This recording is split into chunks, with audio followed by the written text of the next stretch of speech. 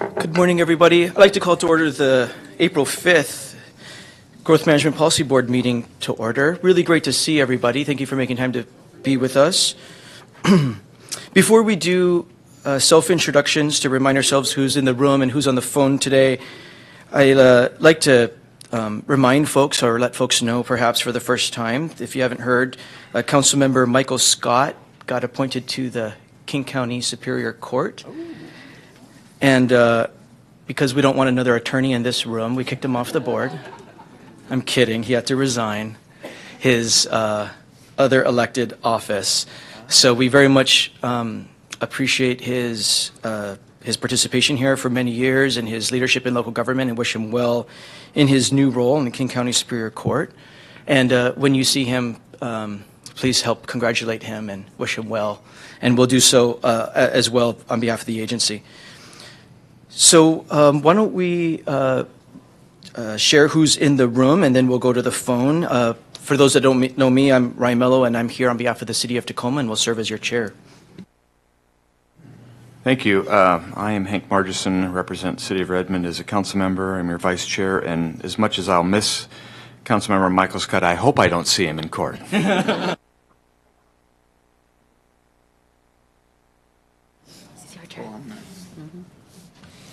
I'm King County Council member Larry Gossett, and I'm happy to be able to continue to be on this important body. Edna Shin with Seattle Children's, representing business and labor. Good morning, Greg Wheeler, Mayor, City of Bremerton. Tim Curtis, council member from City of Fife, representing Pierce County Regional Council. Jean Culwell-Wells, King County Council. Lorena Ng, Washington State Department of Transportation. Scott Bader, Everett City Council. Jan Schwede, Arlington City Council, representing Snohomish County. John Shulmanak, Mayor of Bellevue.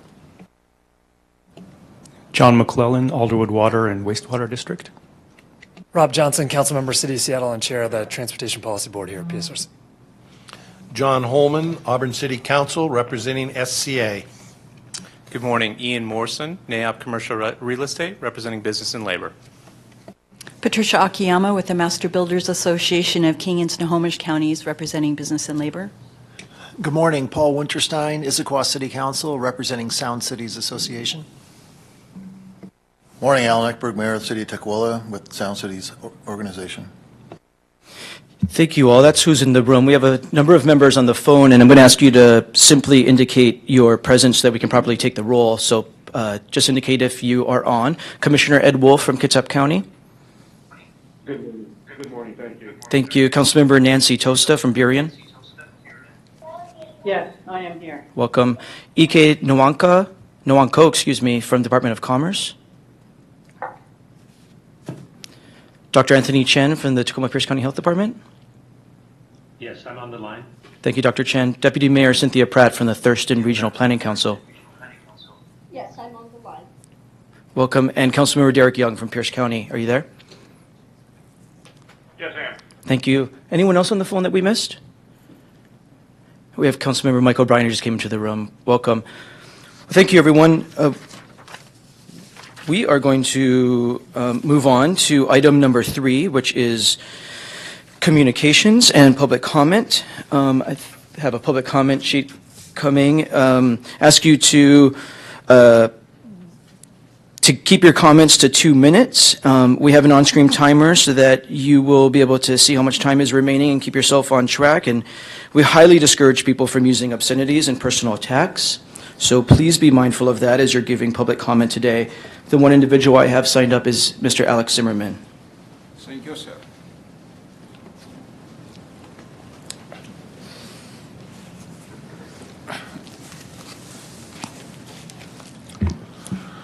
Heil, my dirty double-A Führer, a Nazi social democratic mafia with progressive Gestapo principle. My name is Alex Zimmerman and I'm president of Stand Up America. Guys, many times I told you, you're natural born degenerate idiot. I'm so sorry. You're not an idiot.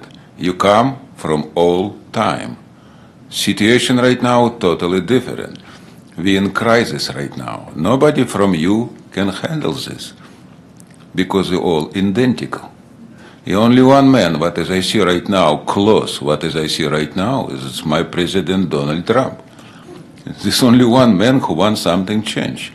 He talking about Amazon, because Amazon right now is a fundamental principle of fascism, what is we have right now, when government together with corporations suck blood and money from us.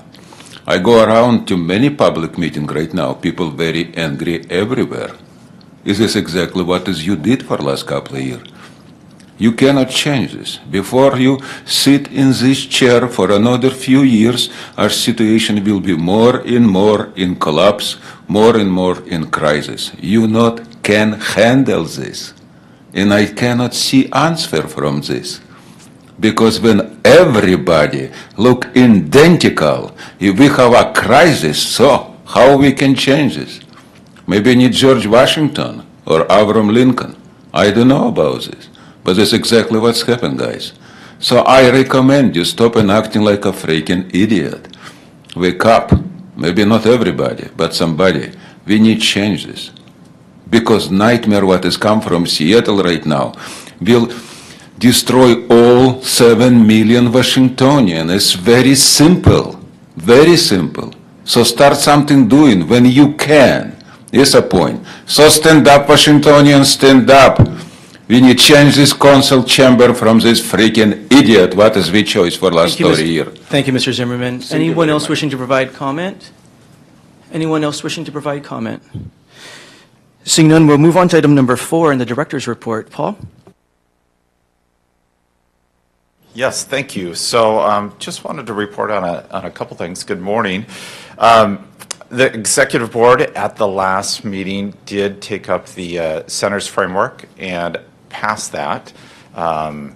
So that's been adopted, and we don't have to talk about it right away for a while in our board meetings. But it does set forward a number of implementation steps, including making changes to Vision 2050. So as we go into Vision 2050, we will have aspects of the center's framework to include in that implementation process. I also wanted to note that at the back of your packets, there's a notice for the General Assembly meeting coming up in May, so please keep that on your calendars. We have some extended board meeting sessions coming up, including, I think, the next one. We'll talk about that in a little while. And then is Michael, I want to ask Michael to come up for a minute to talk about the TOD committee meeting. So we have a regional TOD committee, and they had some discussions. Let's see. There you go. Grab that. Thank you, Mike. Yes, very good. Good morning. The Regional TOD Advisory Committee last met on, it was March 16th. Time flies by. Unfortunately, neither of the co-chairs were able to attend this morning. I prepared some notes for them to deliver a report out for you, so I'm just going to summarize those. For those of you who arrived late, I did put them on the sideboard. You may want to pick them up on your way out. And there'll be a more detailed set of a summary of their discussion provided to the board at a later date. The purpose of this meeting was to have a discussion with the TOD committee about Vision 2050 and how the growing transit communities strategy may inform the vision update. Like you will do today, the TOD committee broke into small groups and had several discussions around the major goals of the growing transit communities strategy, attracting growth to TOD locations around station areas, encouraging a range of affordable housing choices, especially around transit, and closing the gap in access to opportunity among different income and racial groups to things like education, employment opportunities, public health amenities, and other aspects of livable communities. So there's a lot of rich comments that they generated through that discussion at their last meeting. And the plan for the rest of the year, and there are 3 more meetings of the TOD committee, is to continue and drilling down at a more detailed level on each of those goal areas and have a workshop-style session with the TOD committee, and then have them be able to report out to you to inform the vision process, particularly as vision may leverage transit-oriented development and the different goals and work that committee does. So hopefully that'll be helpful. Just wanted to let you know what they talked about, and there'll be materials provided to you following this meeting. Thank you, Michael. That's all we have. Thank you, Michael, and thank you, Paul. And congratulations for helping to shepherd the framework process through the executive boards. Glad to see that strong vote there. Most of our morning is set up as a actual small group discussion coming up here soon where everyone's going to get to participate a lot as we move forward on scoping vision. But before that, we have the consent agenda. Is there a motion to approve the consent agenda? So moved. Properly moved and seconded. All those in favor, please say aye. Aye. Opposed, nay. Motion's adopted. So that takes us to item number 6, the focus of our time together this morning. We completed a scoping process, a very robust scoping process to ask the public and our partners what we want, how we should spend our time and focus with Vision 2050. And so Paul and Liz are here to give us a report on the many comments we received through the scoping process. And we'll discuss how to use the comment information to direct the scope update and move this important project forward. Paul? Right. We did have a great process, sent out lots of notice, talked to lots of people. I'm just going to turn it over to Liz. She has all these statistics about what we've collected, how many comments we've got, and can give you an overview of the comments. Yes, good morning. Thank you. So yeah, we are going to just do an overview, remind everyone what the sort of project principles were that the board talked about a couple months ago, give an overview of some of the themes from the comment period, as well as some early highlights from a statistically valid survey that we've done of the region to help inform this process. So we're going to spend a fair bit of time in small groups trying to discuss some of the priorities of the board amongst all of the various themes that have emerged from the comment period. And then at the end of the meeting, we will reconvene and sort of discuss what the findings were from that process. We're really hoping to allow you to have sort of a deep dive into some of the comments and to give us some direction in terms of proceeding with the scoping report. So the project principles we discussed, I think, last at your January meeting, and focus a lot on some of the key themes of the update of sort of starting with Vision 2040 as a starting point, recognizing that we're seeking a sort of more sustainable region and continuing an ambitious strategy. For this particular meeting, we are really going to focus on this guy around focusing the update on those select items that will best advance the region towards vision. So as I think we've talked about previously in the past, we are on a fairly tight time frame in terms of the actual update process. So it's really in the best interests of the board and the region to help identify a focused set of issues. So we're really hoping to get into that today in terms of what issues that the board really wants to focus on during the plan update.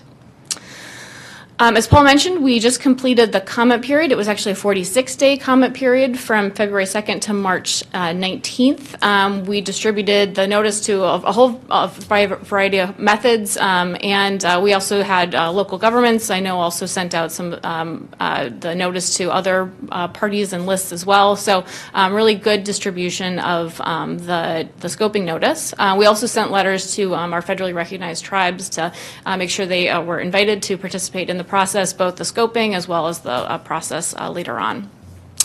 We held 5 listening sessions in the counties, and had about between 30 and 40 attending per listening session, so more than 160 participants in the total listening sessions, a fair bit of representation from local governments as well as other organizations as well as members of the public. I know several of you were able to attend and participate with the listening session, Councilmember Margison, Mayor Wheeler, Councilmember Schweddy, Councilmember Winterstein, perhaps others. We really appreciate your time in doing that. So really nice participation at those sessions. So we recorded comments at those sessions and have incorporated those into the scoping summary, the summary of comments that we've heard. This map shows sort of a distribution of when people signed in, we asked for their residential zip code of where people were coming from, and we have a nice distribution across the region of participants at those listening sessions. In terms of the written comment period, we also received, I think, around 90 letters from local governments and from individuals and from other organizations and agencies. We received several letters from countywide organizations as well as joint letters. The Snohomish County Tomorrow letter actually came in early in December, but we'll count that as part of our comment period as well here. But really good representation from a variety of different interests. So we have gone through and have worked on parsing comments from the letters submitted as well as from the listening sessions. We have delineated 1,333 comments, which is, when we look back on the Vision 2040 scoping process, a little bit more than that. So we've identified a lot of comments. And have tried to do a little bit of slicing and dicing in terms of how we categorize them. Some of these are obviously really big topics, but in terms of the overall comments that we heard, a lot of comments about land use and development patterns. So those tend to be things about where growth is happening, just the densities, how growth is happening in different types of communities. Lots of comments about transportation, particularly in the listening sessions. Certainly a lot of comments about the environment, open space, and sustainability. The regional growth strategy, when we look just at the comment letters, was actually the most commented upon item, but is a little bit lower on the list when we include all comments from listening sessions, but certainly a lot of comments for the regional growth strategy. Implementation, actions, and performance measures tends to talk about how the plan is implemented later, how we're evaluating the plan, those types of things. So I'm going to go into more detail about the different categories of comments. I think a lot of these will be familiar if you're familiar with the kind of discussion around growth management planning in the region, but are really good reminders too. So lots of comments about supporting growth in centers and transit-served areas. Certainly the board talked an awful lot about that during the Centers Framework update. A need for more complete walkable communities and places outside of centers, so thinking beyond just our designated centers, as thinking about the types of neighborhoods and communities that we have. The need for greater public acceptance of growth and density, that there's certainly a lot of pushback when we're planning for growth, and that's a key issue to think about. Acknowledging the challenges of annexation for local governments, and particularly looking at state law and whether there are options for the region in terms of encouraging changes and to make annexation a bit easier. And we certainly heard a lot of comments about equity as well as displacement, and that should really be one of the major things that we think about when we're planning for the future. In terms of the regional growth strategy, lots of comments about the regional geographies. So interest in revising the definition of some of our regional geographies, particularly the difference between small and larger cities, which I think many of you are probably familiar with. Looking at the role of urban unincorporated areas and the role that those places should be playing in accommodating growth into the future.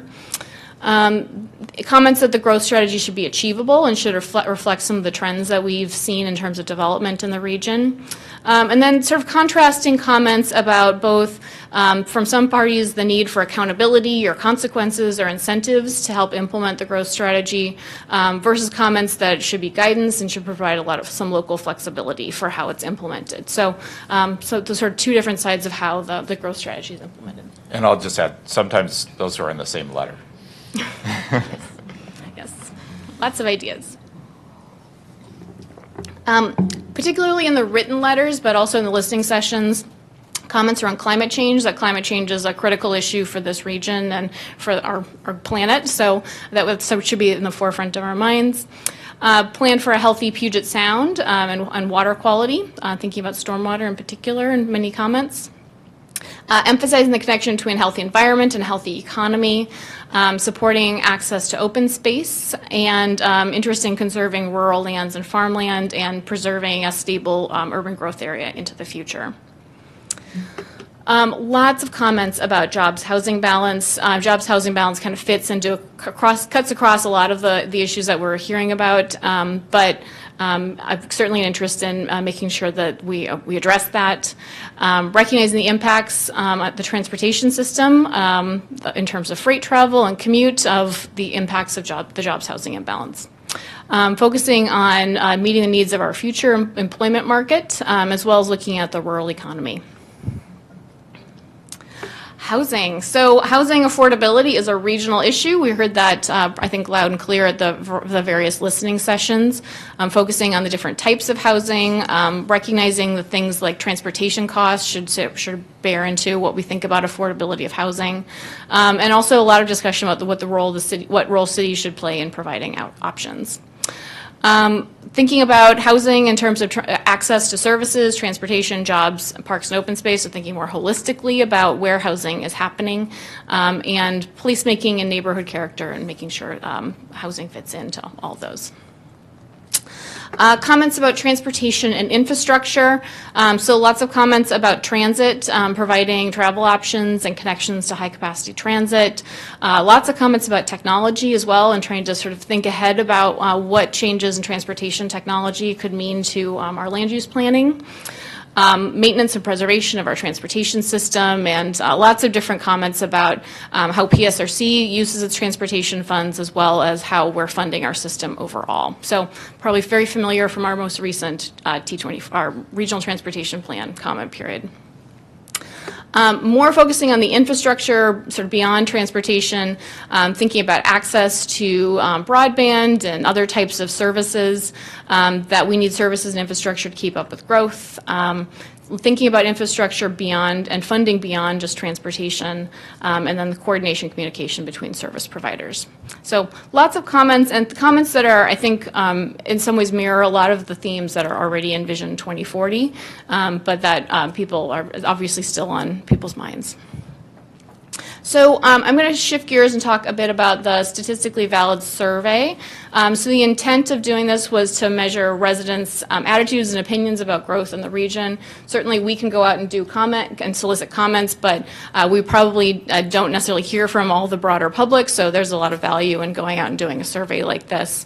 That we attempted to, it's statistically valid to reflect different parts of the region, so we can do, cut it up into different counties and different types of groups and see what how opinions may change based on that. So this is just a preview. We just got the data a couple days ago, so I can only give you a little sampling. But when it comes to overall sort of dislikes, there's I would say overall there's a high value and sort of high quality of life in the region. That certainly came across loud and clear. But when we asked about what people like least about living in the region, cost of living really certainly jumps out. Homelessness, transit, and transportation are the top three, and probably are not greatly surprised. There's some variation between the counties, but I would say across the entire survey, actually a fair bit of agreement amongst all of our counties about different types of opinions. Yeah, just one little odd thing. You see their climate weather is a thing that people dislike. We actually had a lot of people also say that that's one of the things they like about the region. But Kitsap County is much higher on the dislike for climate weather, and we assume that there's an influx of people from San Diego and the Navy moving up here and wondering, why the weather's not as good up here. Most people believe in encouraging development in urban areas. So when it comes to looking at affordable housing, when we ask people what they sort of think the best approach is, and the focus is certainly on encouraging development in urban areas near transit. That just comes across loud and clear for all the counties. I see we have a question. Excuse me. Councilmember Cobels. Thank you, Mr. Chair. On that first question, was it forced choice or was it open-ended? I believe this one was open-ended. Okay, thank you. Yeah, we'll have more information about the survey next month. There's I think a variety of forced choice versus open-ended comments that people can provide. So.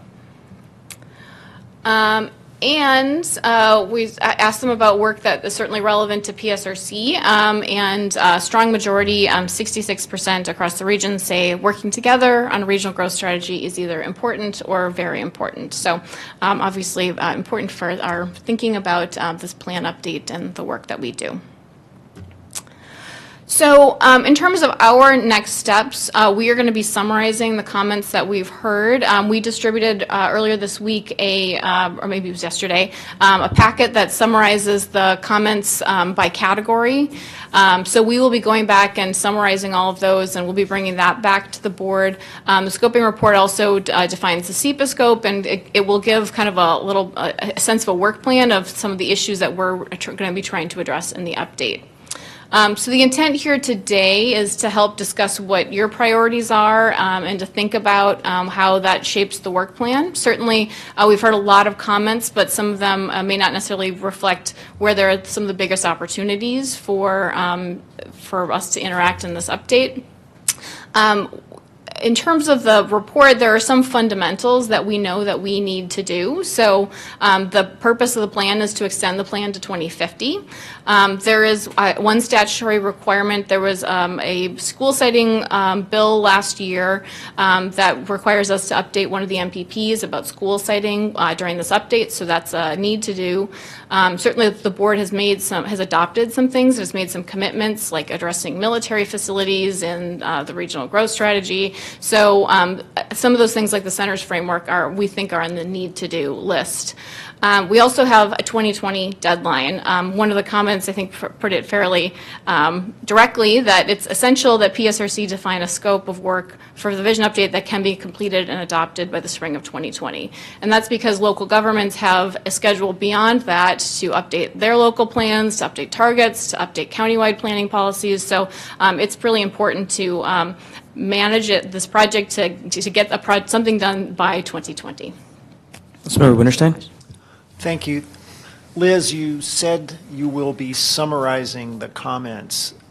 I found in a number of the letters from jurisdictions, a number ask, I think, some very good and maybe difficult questions. I'm going to call out one in particular. I thought the letter from Kitsap County Board of Commissioners in particular asked some questions I'd very much like to hear from the experts and get answers upon. So I don't know if that's going beyond, were you already planning on answering some of those? I think, but there are quite a few questions in many of these, going beyond just summarizing, but let's actually address the questions. That's a question.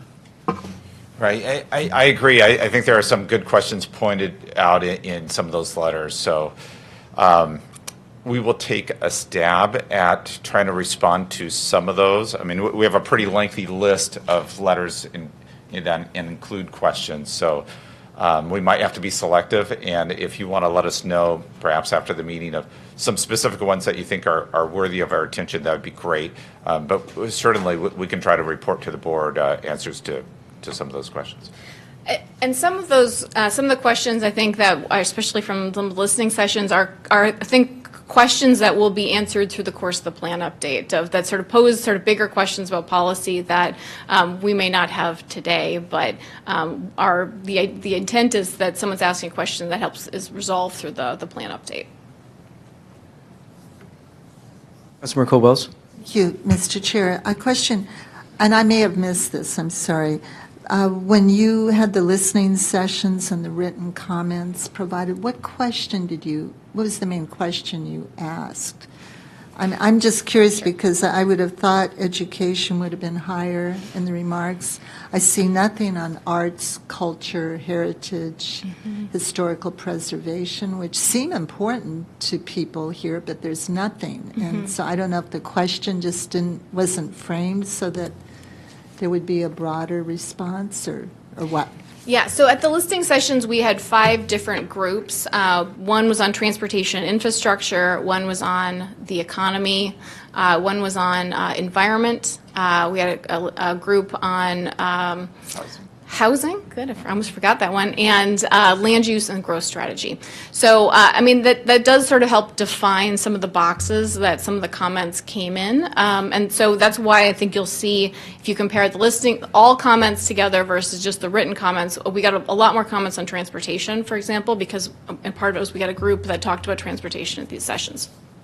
So we talked about the goal that's included in vision and for those topic areas, and talked about sort of whether things have changed, whether that goal still represents where we want to go. And so that was intended as sort of like a way to sort of spark conversation about issues that people want us to think about as we approach the update. We also just asked about sort of what are some of the key issues that we should be thinking about. And it just seems in that case, that example I gave, there may not have been any cues to people to respond to. So you could look through this and think that arts, culture, heritage, is of no significance. Yeah, so I mean, part of what we're hoping to do today is to talk about how to sort of think about some of the issues and whether there are other things the board would like us to be sort of focusing on. So I think that's one that we could definitely think about too. Councilmember Derek Young on the phone.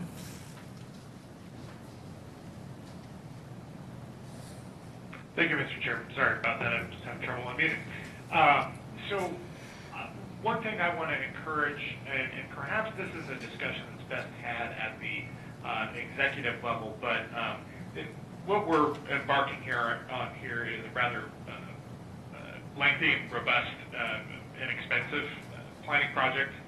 It's important for a lot of reasons, but to be honest, over the last couple of years, we've had growing concerns in Pierce County, and I have had discussions with colleagues from other parts of the region that are unsatisfied with the way things are going in general. It's not specific to any one issue, but reflective of the outcomes of a number of debates we've had here. And I think it's important that we have a conversation about the future of the organization, its bylaws and makeup, and have a good sense of where that's going prior to expending a lot of resources on this endeavor.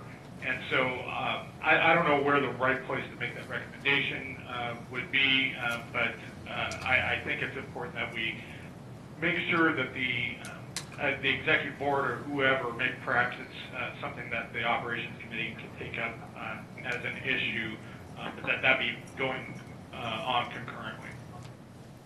Thank you, Councilmember Young. I see Paul scribing, and I'm sure he's going to take that back to executive management here at the agency and the right policy board for further deliberation on that request. Yes, I will. Thank you. Great.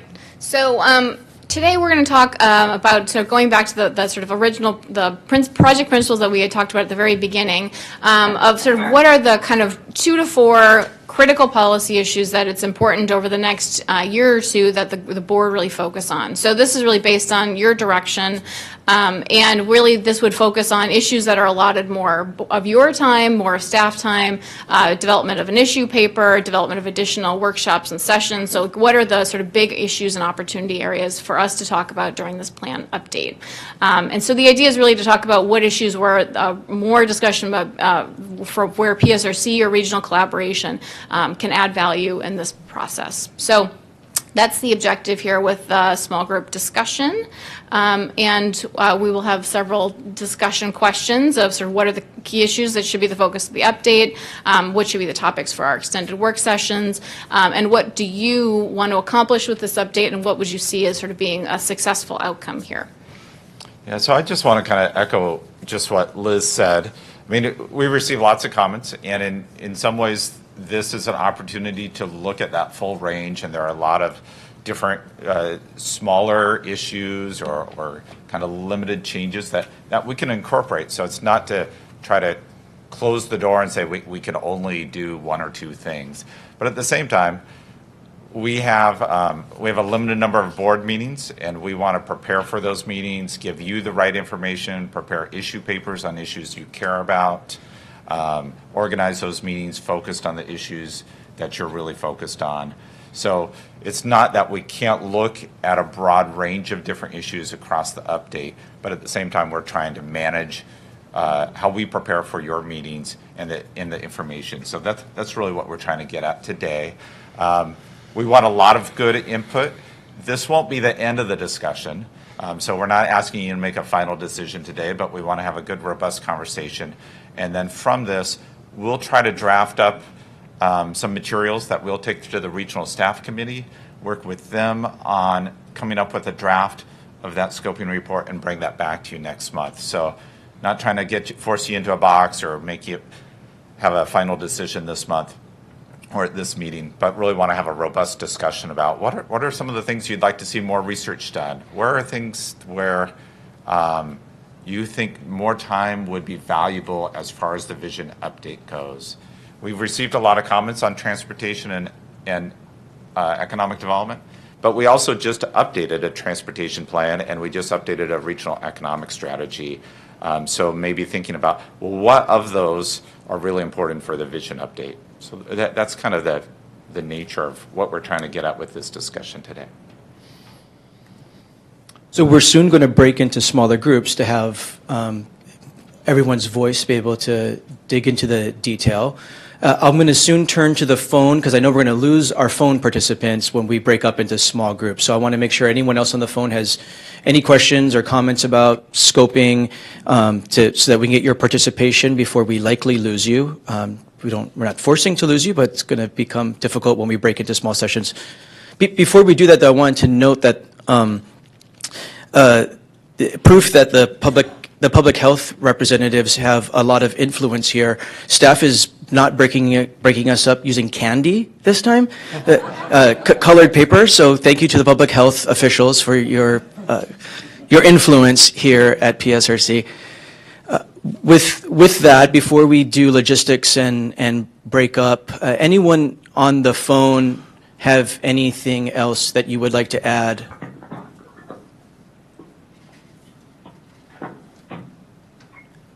Giving you some time to deal with your mute buttons.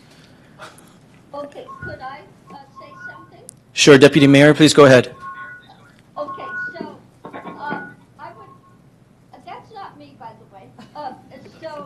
I'm hoping the transportation group talks about infrastructure particularly the infrastructure that leads into other jurisdictions. Of course, Thurston County, I'm thinking about the Monts Road Bridge and the bridge over the Nisqually and stuff, because it all feeds back into Pierce County as well as Thurston County. So I don't know if that's a way to deal with it in Vision 50, but I'm hoping that they look at infrastructure that helps for connection into your region. That's my thing. Thank you, Deputy Mayor. We're noting that. Anyone else on the phone have anything to add before we break up into small groups? Thank you. Councilmember Curtis? It was mentioned briefly about farmland presentation. That's where I come from, the farming area. And included in that, as we look at farmland presentation, one of the big problems farmers are having is water. So I think that's something that we probably need to address. The other is it's very easy to designate property as agricultural resource lands, but a lot of times we're asking the farmer to give up his development rights to that property when we do that. So when we talk about farmland preservation, there's a number of factors that I think need to be included in that. And the other thing that we face all the time is that farm sometimes is put into a commercial category, which means that the codes for building, for moving dirt around, some of those things become a problem. So when we talk about farmland preservation, I think we need to consider what that involves. It's very easy to declare a piece of property as farmland preservation, but there's some effects on the farmer and our food sources, et cetera, that I think need to be included in that process. Thank you. Thank you for that. So our plan is to come back here at 11:30 sharp, perhaps a little sooner, depending on how quickly the small group conversations go. So please be mindful of that timing. Liz, I'll turn it back over to you to help us with logistics. Yes. So there are three groups. There's group number one, which is the kind of teal-colored Post-it. We're going to go over there. You're going to hang out with me. Group two is this yellow, your yellow Post-its. Michael will be facilitating this group. And then it's sort of a purple color. Is going to the conference room with Paul. And we will then reconvene after that and discuss what people discovered. Great. Thank you. We'll get to it.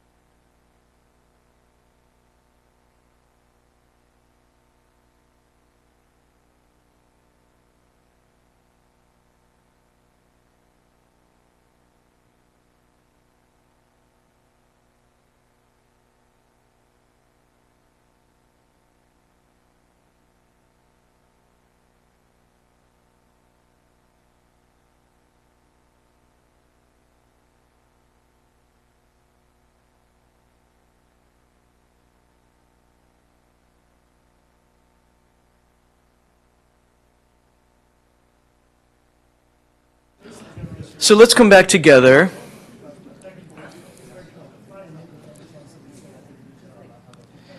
It looked like those small group discussions were very engaging and folks really dove into it, so thank you for doing that.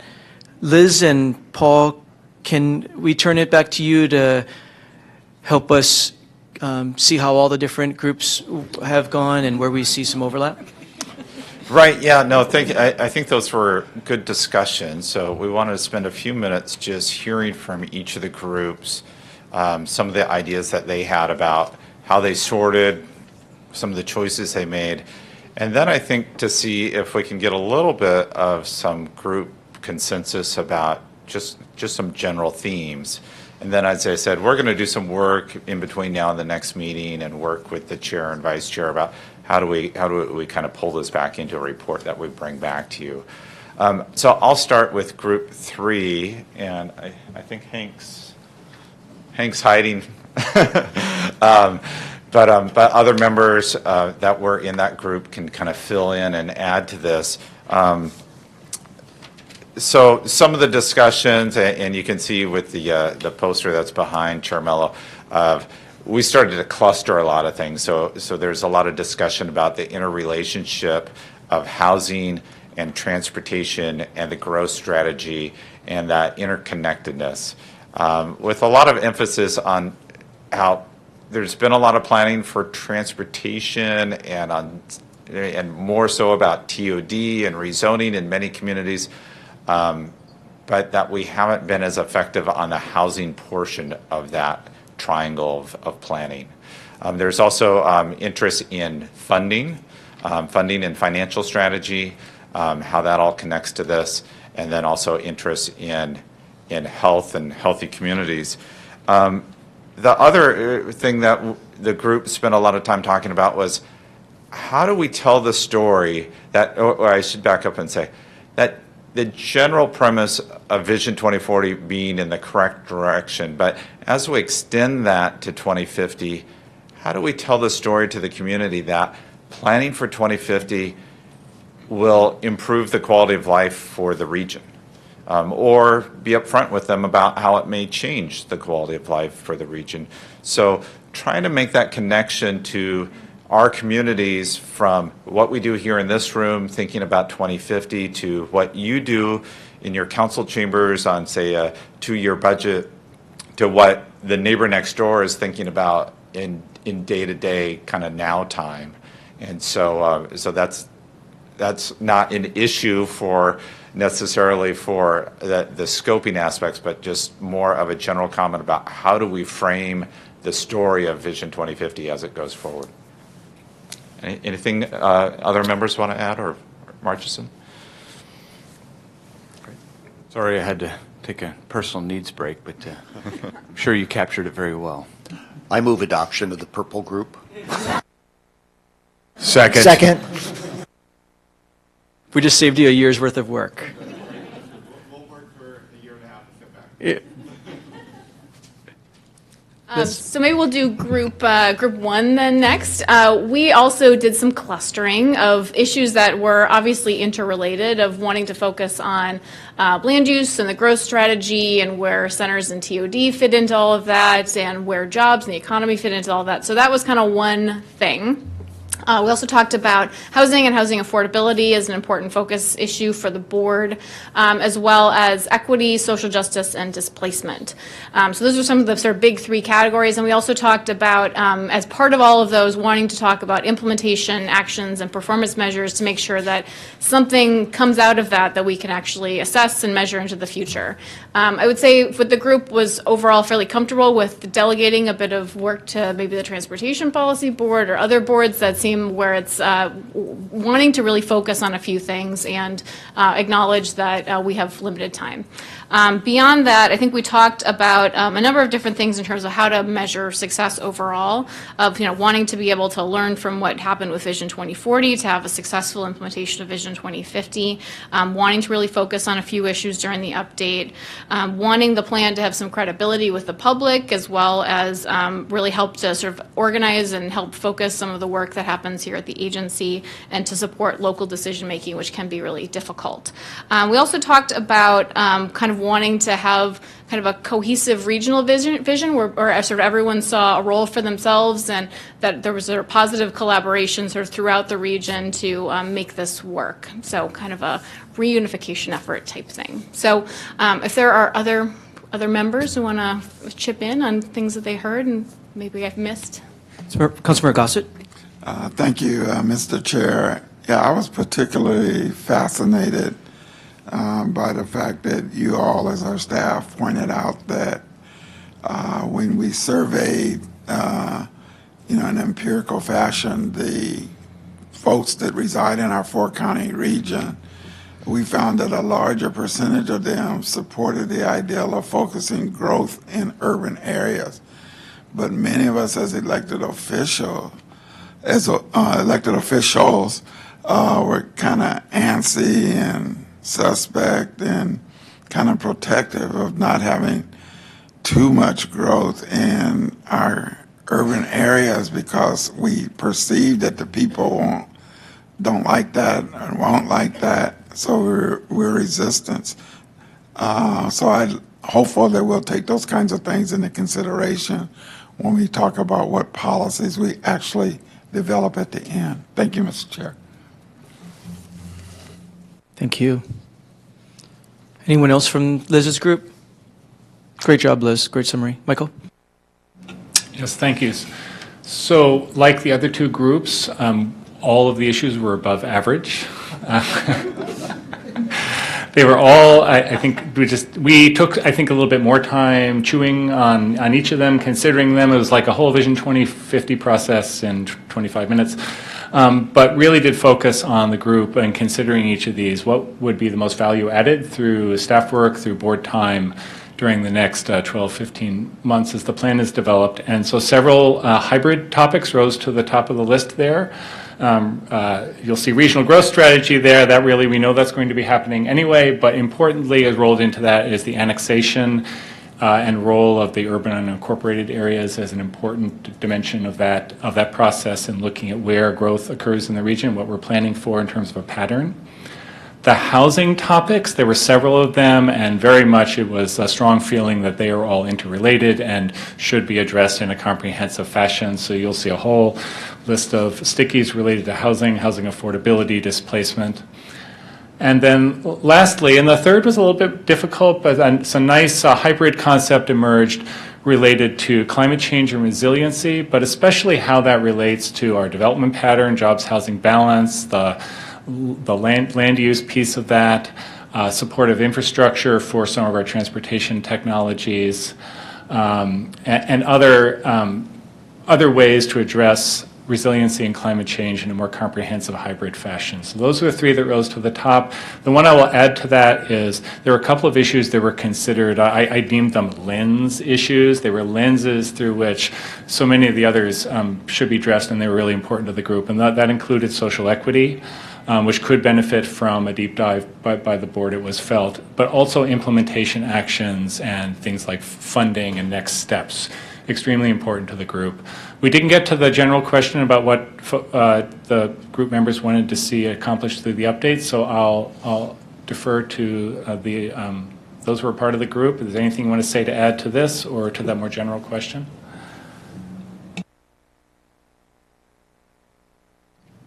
Looks like a good summary, Michael. Thank you.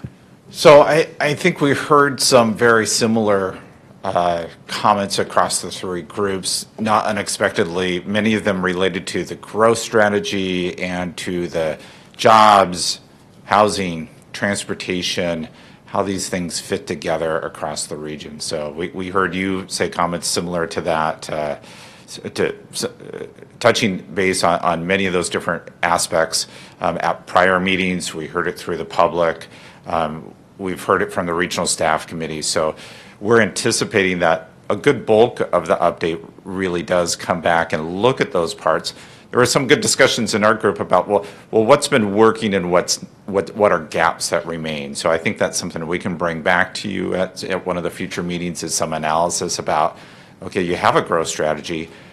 What part of it's working? Where are some gaps? There is some discussion about, there's a bunch of high-density, high-rise development going on, and there's single-family development going on. There's not a lot that's in between that. So that may be something where we can explore and provide more information that's focused on that type of topic. We identified a few things that went beyond that. Our group talked about health. I guess I just want to open up to the board, kind of beyond the big issue, that big issue of kind of growth and housing and distribution of growth and growth pattern. Are there some technical issues that you think are maybe emerging or haven't been, we don't have all the answers to, and you would like more information on? So like health is maybe one of the ones that we could provide more on that. Any of these strike you as more kind of technical questions you want to hear more about over the course of the process? I think you can certainly help us get, we know intuitively that car-oriented communities perpetuate obesity and chronic disease. And so helping all of us, the regional level and communities, help with empirical data to get at why the urban form and the kinds of communities we're trying to develop are empirically more healthy. Councilmember Curtis. Yeah, I know we talked about affordable housing, and then looking in the mirror, I thought, do we have any plans for senior housing? I don't know if it's something that would be included in our plans, but it's certainly, there are areas, I know, in different communities where it's 55-plus community, or, SHAG, I think, has a number of these things. So whether it should be included in some of our plans or not, I don't know. Right. Vice Chair Margison. Thank you. We also talked a little bit, and I don't know if you mentioned this during your presentation, Paul, but we talked about the gaps and the missing middle in terms of the types of housing. But we also mentioned briefly the economy. So the economy has driven some of the dichotomy in terms of how housing has developed in this region, and I don't know how the economic strategy update's going to attack this, but it'd be nice to see more middle income, if you will, type jobs emerge in this area, which would help then to enable folks to afford more middle income, if you will, type homes. And people build more middle income homes in our communities, as opposed to large homes or apartments, which is what we seem to have going on right now. And so that might be part of the strategy as we go forward, is to say in 2050 we'd like to see this middle grow, if you will. Comment. Chair Johnson. Thanks. I'm going to steal a line from Mayor Chelmanak, and that's, there's a lot of really great data that has started to be collected about access to open space and green space and the positive benefits that it has on people's quality of life, for kids, the benefit that it has for their educational experience, et cetera, et cetera. And I remember a presentation that was given to this body several months ago around a regional park strategy. And I think a coordination here between our land use planning and parks planning would be beneficial. I think as a city, we struggle with that. We have most of our major parks zoned as single family nearby, and that really limits the access and ability for folks to really benefit from those big regional assets that we have in the city of Seattle. So we're actively taking a look at that as an issue, and I think it'd be one that could use a little more TLC here at the regional level and data analysis as well. So, thank you, Councilmember Gossett. Thank you, Mr. Chair. I wanted to respond to my good friend from Fife and say that we just had a Veterans and Human Services, and we actually added seniors as part of the effort when we went out to the voters that would be taken care of. And then we went further and said that the housing portion in each of the 3 areas that we're asking you to fund, that 50% of the money we spend on housing will go to low-income seniors throughout our county. And that really helped us, because seniors are more likely to vote, and they are actually, objectively speaking, a larger part of our population now and moving into the future. I want to put Councilmember Johnson on the spot just a little bit, if I may. I know that the Transportation Policy Board had a number of discussions updating the regional transportation plan. And what I would often hear after the meetings was the board talked about those being good ideas for Vision 2050, including, I think, where some of the climate change discussions ended. So I don't know if I can put you on the spot and ask you to speak to any of the things that you felt kind of trailed off with the regional transportation plan that might be important for us to address. On the climate issue in particular, we put a forced question to the Transportation Policy Board members and said, in the past, this board has struggled with recognizing the climate goals that we have as a state and as a region, but not really owning those climate goals. Where do you want to land? And we did it in these kind of small group discussions, and over the course of a year came to a conclusion that we wanted to own those targets and work very closely with the Puget Sound Clean Air Agency to understand how our policies and our funding need to align with their regulatory and climate objectives. So I would actually say for climate, we didn't kick anything over to the GMPB. We tried to own that on our own, recognizing that their transportation has a larger slice of the challenges that we need to meet around climate than land use does. So I thought that for us as a body, these sort of small group discussions like what we had today gave electeds from around the region the chance to really kind of dig into greater detail some of those harder policy questions, and was a better way for us to build bridges across jurisdictions and have those discussions. I struggle to think, and I don't see any of the folks, I was kind of filibustering in the hope that somebody like Kelly McGurty might come running into the room. I don't see that happening. I don't recall us really kicking anything to the curb to GMPB, but I will go back and take a look, and if I'm wrong about that, I'll bring some of those issues back to the fore at our next meeting in May. But for me, I think we try to do a good job of staying in our lane about what we thought were the suite of issues that we needed to tackle in the transportation update. I know that GMPB has tried to kick a couple things over to us, and we'll make sure that we integrate those into our next, for example, project selection task force process. But I can't think of anything off the top of my head, Paul, that we thought would be better served over here that we didn't handle over there.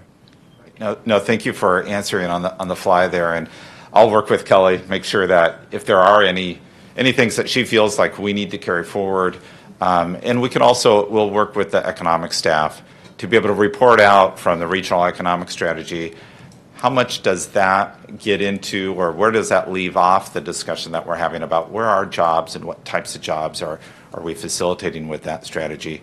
One thing I will say about the transportation plan is it goes to 2040. So this is the first of us looking out to 2050. So it is a chance for us to start that question about, well, if the transportation system's essentially kind of designed out to 2040 and the Sound Transit Plan goes to, I think, 2041 and some of the other major investments, we could start to look at what are some of the concepts for how transportation system might support land use and vision in that 2040 to 2050, adding that extra 10-year increment, and then trying to set up the Transportation Board will then have that next step of doing the next transportation plan of going out to 2050.